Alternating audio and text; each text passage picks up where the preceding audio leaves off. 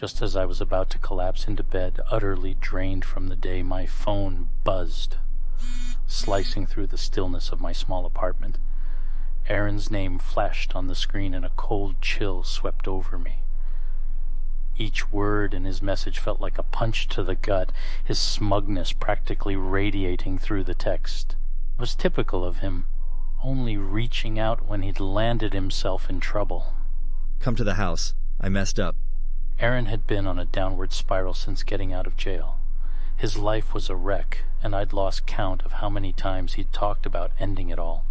But tonight there was a new urgency in his message, a desperation that made my heart race. Fuck this. I muttered a curse, my exhaustion momentarily forgotten, as I grabbed my keys and stumbled out the door. The cool night air bit at my face as I raced towards Aaron's place. The streets were eerily quiet. and a gnawing sense of dread tightened in my chest. The entire drive, a sense of dread gnawed at me. Something was horribly wrong. I burst into his rundown house, the door creaking on its hinges as it swung open. Aaron was pacing frantically across the floor, his face ghostly pale, smeared with streaks of dark, clotted stains. My breath caught in my throat as the grim reality of the scene unfolded before me. In the corner of the dimly lit room, Leah lay motionless, her body sprawled unnaturally against the wall. A dark, spreading pool of blood stained the floor beneath her, the crimson contrast stark against the dingy, neglected surroundings. The air was thick with the metallic tang of blood and the suffocating weight of despair. "Jesus, Aaron!" I gasped, rushing to his side. "What the hell happened?" It was an accident. We were fighting, and Leah, I didn't mean to. I cut him off, my voice shaking. "We need to call the police." He shook his head, his eyes filled with desperation. Please, don't do this to me. They'll never believe me. You know my record. I can't go back. Please, you gotta help me. "And what do you want me to do?" I snapped, fear and anger bubbling up inside me. The lake outside town, let's go there. Dump her body. "You're crazy," I said angrily. Please, just this once. I need your help. I hesitated, every instinct screaming at me to walk away. But he was my brother, and I couldn't abandon him, not when he was this desperate. "Fine," I muttered, "but this is the last time." Together, we wrapped Leah's body in an old blanket and carried her out to my car. As we drove out of town, the only sound was the hum of the engine and the blood pounding in my ears. The moon was hidden behind thick clouds, and the road to the lake was a winding path through dense woods that seemed to close in around us. The lake was as still and black as a void when we arrived. The air was thick with the scent of damp earth and decaying leaves. I killed the engine and sat there for a moment, gripping the steering wheel as dread settled over me. "We need to do this quickly," I said, finally breaking the silence. My brother nodded, his face as lifeless as his girlfriend. We pulled Leah's body from the trunk and carried her to the edge of the water. My hands were shaking as I took one last look at her, then forced myself to turn away. Just as we were about to shove her into the water, a sharp crack echoed behind me, the unmistakable snap of a twig.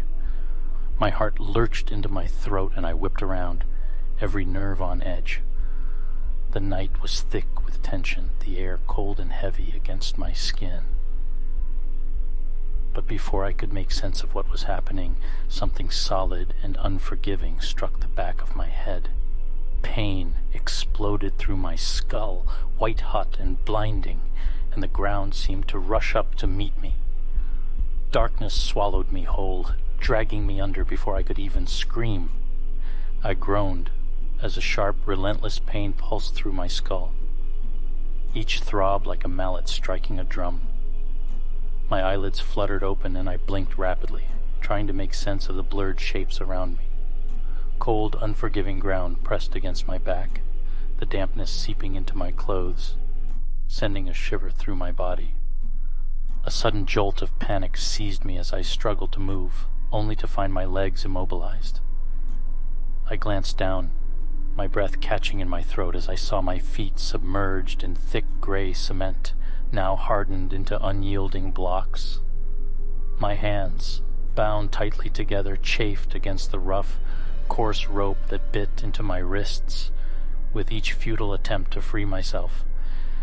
The air was thick with the scent of concrete and earth, and an overwhelming sense of dread washed over me as the gravity of my situation sunk in. A calm voice spoke from above, but I couldn't see who it belonged to. You know, only amateurs dump a body without weighing it down. Thing is, bodies don't stay down forever. They bloat, fill with gas, and eventually they rise. But you'll figure that out soon enough. I gasped. My breath caught in my throat as the gravity of the situation hit me. I thrashed against the restraints. The man watched me with a detached curiosity, as though I were a lab rat. The buckets of cement were already hard, cold, and heavy. I must have been unconscious for a long time. Please, you don't have to do this. He crouched down beside me, his cold eyes locking onto mine. Your brother screwed up big time. Now it's gonna cost you both. Aaron was nowhere to be seen. My mind raced, trying to figure out what had happened, but there was no time. The man stood up and signaled to someone in the shadows. 2 more figures emerged, their faces hidden in the dark. Together they began dragging me toward the lake's edge. My heart pounded wildly in my chest, every instinct screaming at me to fight, to run, but there was nowhere to go. I felt the icy water lap at my legs as they pushed me into the shallows.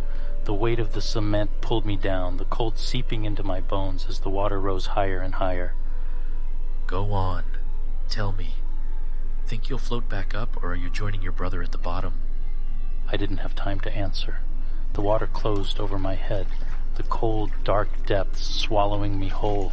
The weight of the cement pulled me down into the darkness, the last of the air bubbling from my lungs as I sank.